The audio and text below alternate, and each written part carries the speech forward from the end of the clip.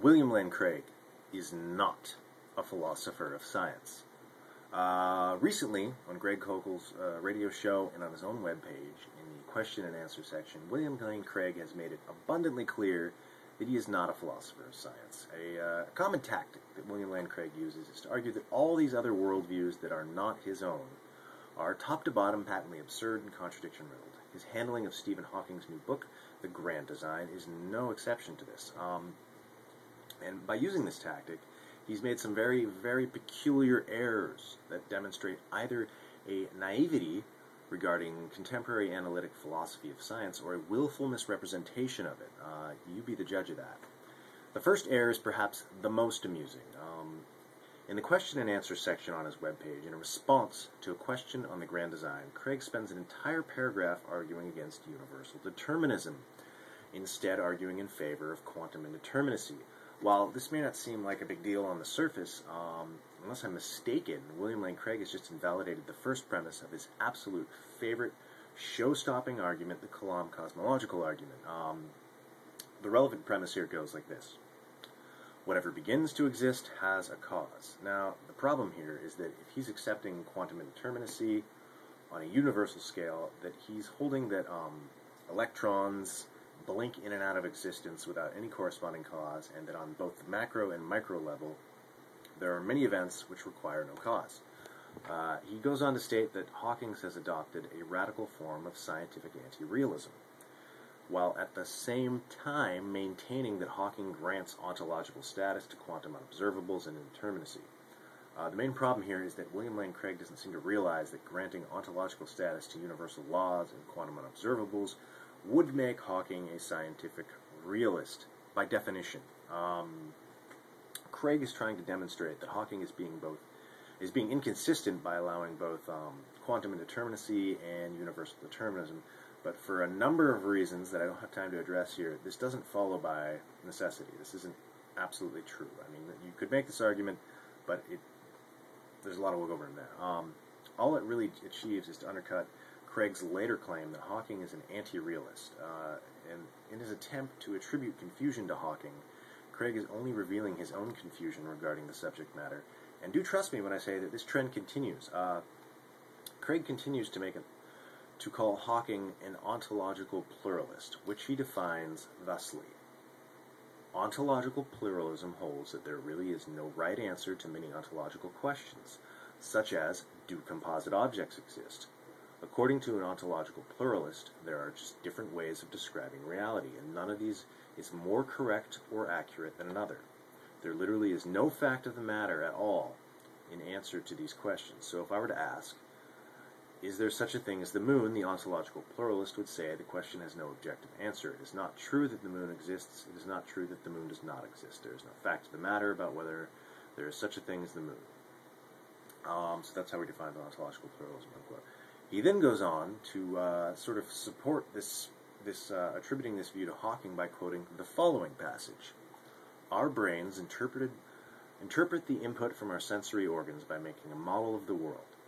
When such a model is successful at explaining events, we tend to attribute to it and to the elements and concepts that constitute it the quality of reality or absolute truth. But there may be different ways in which one could model the same physical situation, with each employing different fundamental elements and concepts. If the two physical theories or models accurately predict the same event, one cannot said to be more real than the other.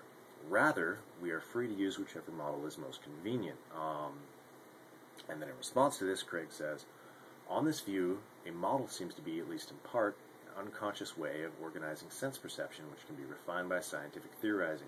We never come to know the way the world is. All we achieve are more or less convenient ways of organizing our perceptions. Such skepticism would be bad enough, but situation is even worse.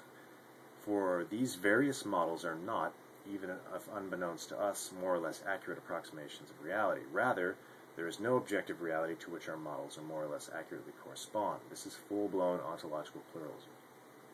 Now, I think that many of you will see why what Craig's describing and what Hawking is describing are not the same thing, but I'm going to flesh this out a little more here. The fundamental problem is that because Hawking is not making the claim that all relevant word here, all phenomena may be modeled in multiple distinct ways, but that it's maybe the case that some phenomena will have this experience.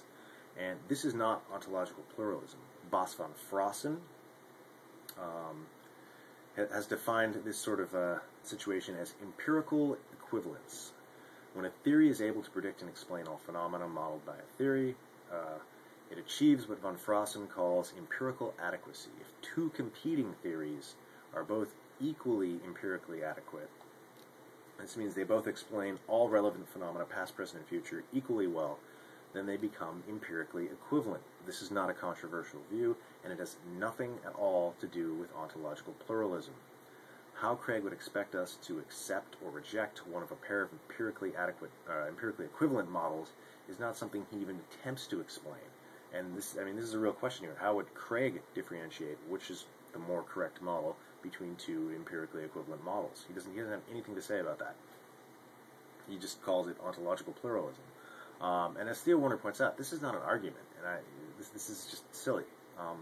Now, some of you may be wondering, what is scientific anti-realism? Well, Bas van Frossen, who, aside from having what is probably the coolest supervillain name ever, he's notable for being one of the most, if not the most, important figures in the last 50 years or so of philosophy of science. The position he lays out in his book, his landmark book, The Scientific Image, is that of constructive empiricism, which maintains that rationality does not demand that we grant ontological status to unobservable phenomena. What he means when he says unobservables, unobservable phenomena, is anything that is in principle impossible for us to observe with our biological features. We can't see it. We can only use electron microscopes to check it out. Now, recall that, as I said earlier, Hawking does grant ontological status to unobservables. He's not a skeptic. He's not agnostic about the ontological status of unobservables and universal laws, whereas the anti-realist is at the very least skeptical, if not in denial of these things. For von Frossen's anti-realism, a theory regarding such unobservables may or may not reveal the truth about the structure of the world, but von Frossen holds that science cannot tell us which one it achieves because the unobservable status I just explained. Instead, the goal of science is to produce theoretical models that are empirically adequate, which, as I stated above, claims that the model of the theory is able to account for and make predictions regarding all observed phenomena of the theory, past, present, and future. I thank you for watching, and William Lane Craig is not a philosopher of science.